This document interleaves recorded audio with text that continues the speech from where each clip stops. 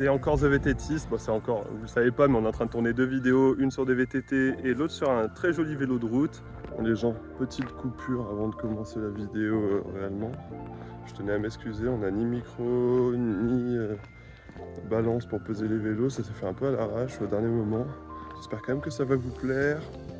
En tout cas, n'oubliez pas de vous abonner si vous appréciez ce genre de contenu et surtout si vous voulez que j'en fasse d'autres.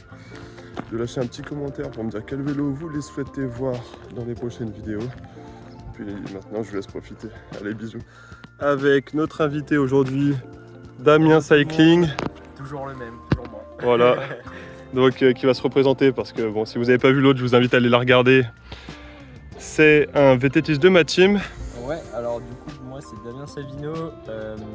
Donc je suis en N3 VTT, donc National 3 VTT, donc avec The VTTist. Derrière la caméra, je suis VTTiste, je fais du cross-country. Mais par contre, je fais beaucoup de routes à l'entraînement. J'ai la particularité que je borne énormément à l'année. Tu fais quoi, 15 000? Ouais, 15-16 000 ouais, à l'année. Et 80% en route, non, tu vois le genre. Ouais, en termes de distance en tout cas. Ah oui, oui. C'est clair que je fais plus en route qu'en VTT. Parce que concrètement, juste pour revenir dessus, hein, mais je pense que tous les VTTistes le savent, les routards peut-être un peu moins, mais un VTTiste, au final, il fait sur 6 entraînements par semaine en moyenne, quoi, il en fait 5 en route. Quoi.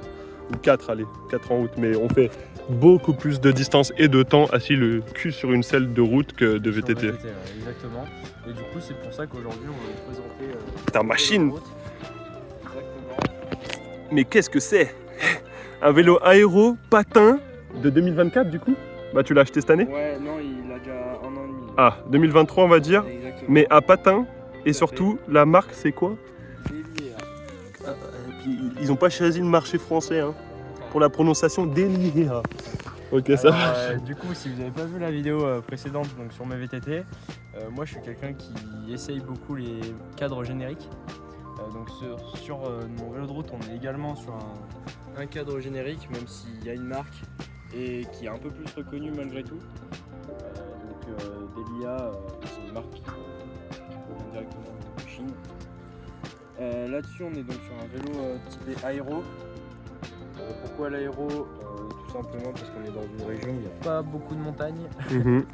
Dans la banlieue lyonnaise, il n'y a pas énormément de relief. Donc voilà. Qu'est-ce que j'ai à dire de plus? On va peut-être parler un peu des pièces. Ouais. On va commencer par le groupe. Alors, premier truc un peu bizarre, t'as un pédalier SRAM Red, Ouais, mais t'as du Ultegra DI2. tout à fait. Ultegra DI2, deuxième génération, j'ai l'impression, celui avec la petite batterie. Yes. Mais c'était pas encore celui avec les petits changements de Tout à trucs fait. pour ton GPS là et Alors, comme j'ai pu dire donc, dans l'autre vidéo que je vous invite à regarder, du coup, moi je suis quelqu'un qui donc, monte mes vélos de A à Z avec des montages à la carte. Montage à la carte, c'est-à-dire que je prends pièce par pièce et après je viens les assembler.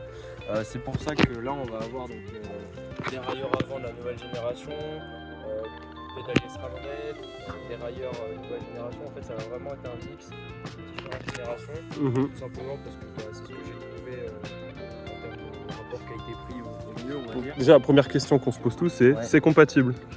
Tout à fait. Bon, après, là, au final, j'ai que le pédalier en SRAM. Ouais. Et Oui, c'est vrai. L'autre compatibilité, ça va être avec le nouveau et l'ancien DI2. Ah ouais, en 11 et 12. Voilà. Moi, je suis tout en 11 par contre. C'est juste que dans les 11 vitesses, il y avait 2 versions. Et c'est là où j'ai alterné donc l'ancienne et la nouvelle. Enfin, la nouvelle. Je prends un peu le meilleur des deux mondes parce qu'il faut dire quand même que les pédaliers SRAM en carbone par rapport à ce qu'on trouve chez Shimano, c'est assez magnifique. T'es en 53-39, donc une transmis typée un peu plutôt Shimano même. Ouais. Parce que 53-39 c'était le gros de... Justement, c'était un de mes critères. C'est pour ça aussi que j'ai pris ce pédalier parce que j'ai pas dû changer les plateaux. Justement, Ok. C'était monté d'origine avec le pédalier. Sinon, ouais. Une cassette en 11-32. Voilà, 11-34. 11-34 même. 11-34. Donc pour du 11 c'est assez gros quand même. Parce que maintenant ils mettent souvent ça sur du 12, mais pour du 11 c'est assez gros. L'avantage par Voilà. contre c'est qu'avec ton 53 de devant, et surtout ton 39, tu vas pas être trop mal en montée, même lors des forts pourcentages, bon faut quand même avoir les cuisses, mais tu vas pas être trop pénalisé quoi. Le seul inconvénient du coup en 11 c'est que tu as des étagements qui sont assez forts entre chaque pignon je suppose. Ouais, c'est un peu le bémol. Après, sincèrement, je le ressens pas tellement parce qu'avec les variations de terrain, etc., on a toujours trouvé la cadence qui va bien. C'est les manettes les plus fines qu'il y ait jamais eu chez Shimano, puisque c'est du DI2 mais freinage patin. Voilà. Donc il n'y a pas d'hydraulique. On peut faire la transition sur les Ouais, freins. ouais d'ailleurs exactement. Les freins, pourquoi patin Encore une fois, moi j'ai pas forcément l'utilité des freins à disque dans le sens où quand il pleut je fais du home trainer. Ouais. Surtout, encore une fois on est dans une région plate donc pas de grosses descentes a priori. Donc les disques, même si c'est joli, j'en ai pas forcément la nécessité. Et autre chose aussi, il faut se dire, je pense la réflexion c'est vu que c'est un cadre générique, ouais, du coup comme je disais ça a coupé à cause de la chaleur, vu que c'est un cadre générique au final tu penses pas trop à la revente quoi, parce que Exactement.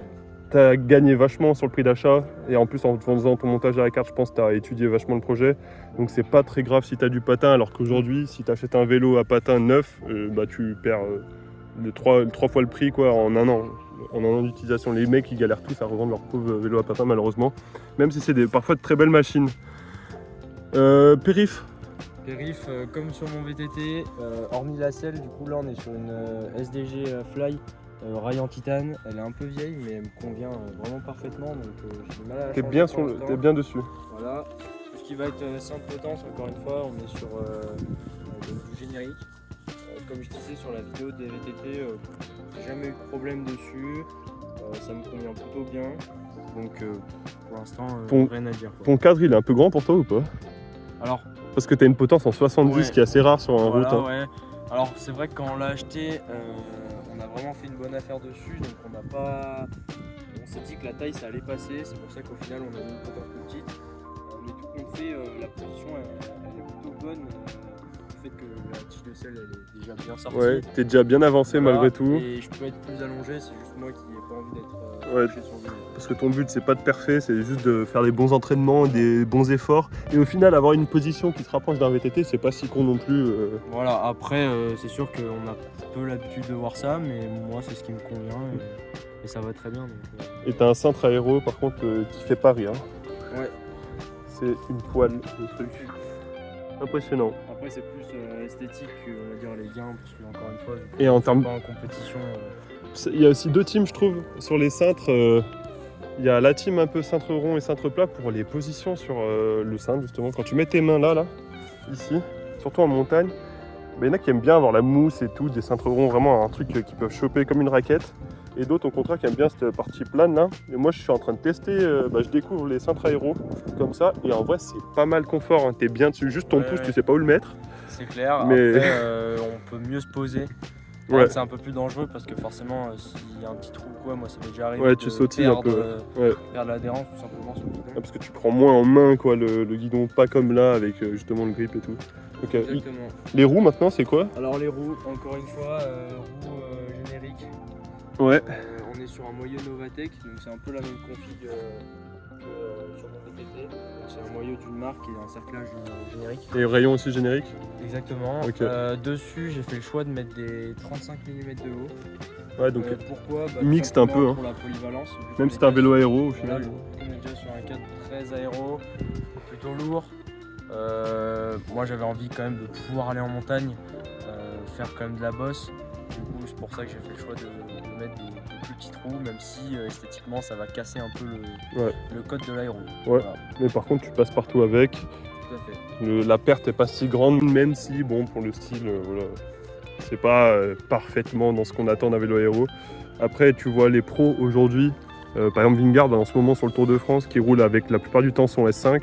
Oui, qui est le vélo aéro, mais avec des roues en 30 dans la montagne quoi. Oui, au final c'est un peu le même. C'est pareil pour Bardet avec le foil, enfin, il y en a beaucoup qui font ça. Donc au final, bon, c'est une config. C'est un peu ce qui m'a donné l'idée de faire ça aussi. Ouais. C'est intéressant parce que bon, là, on ne sait pas trop ce qu'il vaut ce cadre, tu vas nous le dire d'ailleurs.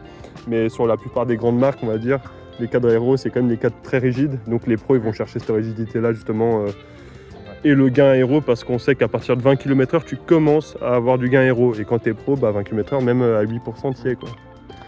D'ailleurs, ce cadre alors Alors ce cadre, j'en suis très content. Tout simplement parce que très rigide. Après les gains aéro, bon ça je peux pas trop le ressentir forcément. Ouais. C'est très difficile de l'avoir. Le seul petit bémol c'est avec on va dire vraiment cet aspect massif qu'il a. Déjà il y a le poids et ensuite quand il y a fort vent de côté, là ça va être un peu Ouais, contraignant. parce que même avec des roues pas trop hautes, finalement c'est plus le tube diagonal là Exactement. qui est monstrueux, Voilà. qui va te pénaliser. Surtout que toi, on le rappelle, t'es un petit gabarit, Ouais, donc 60 kilos, je le ressens vite. ouais, tu te fais un peu Et sinon, mal je suis traiter. très content de la config roue en 35 et cadre aéro, ça me permet vraiment de grimper facilement. Ouais. Voilà, après en termes de confort, c'est vrai qu'on l'a pas forcément précisé, mais je suis un peu de 25. Ok. Donc, moi je suis pas quelqu'un qui cherche beaucoup le confort. T'es un peu à l'ancienne là-dessus. Ouais. Voilà, même si je pourrais très bien y monter du 28, hein, peut-être qu'un jour je passerai le cap, pardon. Mais pour l'instant je suis bien 25. Et en pneus, Voilà, pneus chambre. pneus chambre, ouais, Ok. tout à fait. Ouais. Et le dernier petit point, les pédales. Ah oui, On n'a pas forcément évoqué, mais du coup je suis en pédale Asioma. Asioma Uno. Uno, ouais, que d'un côté. Oula, pardon. Que la gauche. Toujours pour les statistiques de Les- l'entraînement. Ouais. Et puis aussi une réduction de coût. Parce que ça aussi c'est un truc, les Asioma Duo pour les avoir, honnêtement, les données qu'elles t'apportent en plus, bah, sauf si t'es pro, je pense tu les regardes pas trop quoi. Tu sais, la première fois que tu roules avec, tu dis ah ok je suis à 51-49, jambe gauche, jambe droite, mais finalement après une fois que tu le sais, bah, si t'es plutôt équilibré ça te sert pas à grand chose quoi. Voilà. Voilà, c'est pour ça que je les ai pas achetés, c'est suite au retour que les copains m'ont fait.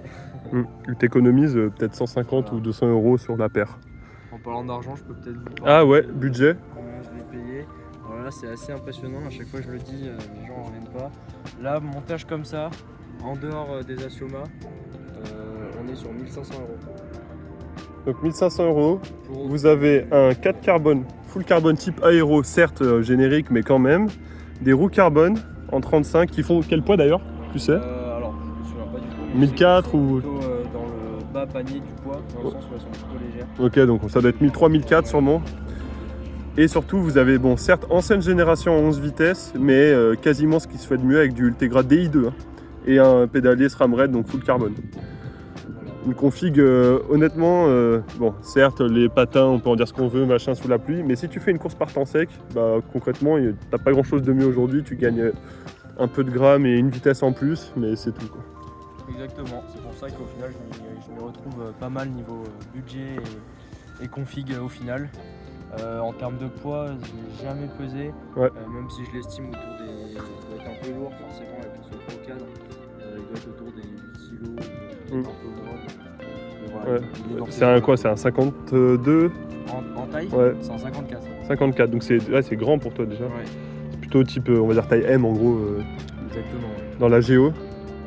Et il faut rappeler quand même que l'utilité que tu en as, bah, c'est parfait en fait, c'est le bon choix, c'est le choix on va dire de rigoureux et de quelqu'un qui a pensé pas par passion mais plus par, voilà, par intérêt, parce que finalement tu fais aller 2 courses par an en route, Voilà, et Mais c'est que- vraiment pour l'entraînement. voilà, c'est ton utilitaire. C'est un peu Voilà, ton ouais. Peugeot partenaire mais version vélo. C'est un peu pour ça que je voulais pas mettre trop cher. Je voulais pas mettre trop cher et qu'au final j'ai mis de l'Ultegra à la place du Dura-Ace, quoi. Bah, c'est le choix parfait parce que certes le Dura-Ace c'est beau, c'est machin, ça marche bien mieux et puis tu gagnes quelques grammes, mais le jour où tu dois changer ta cassette, ta chaîne et encore pire tes plateaux, bah tu regrettes presque d'être passé en Ultegra. Et en général ce que font les mecs d'ailleurs c'est que par exemple sur le changement de cassette ou de chaîne, ils descendent d'un cran. Gamme en dessous. Voilà, ils gardent le dérailleur et les manivelles, pédales, bah, et les plateaux parce que ça s'use pas trop en Dura-Ace, mais ils passent tout le reste en Ultegra en général parce que c'est x2 le prix, quoi. Et le gain pour quelqu'un qui est pas pro, encore une fois, il est faible. Ok, bon merci beaucoup pour cette Merci vidéo. à toi.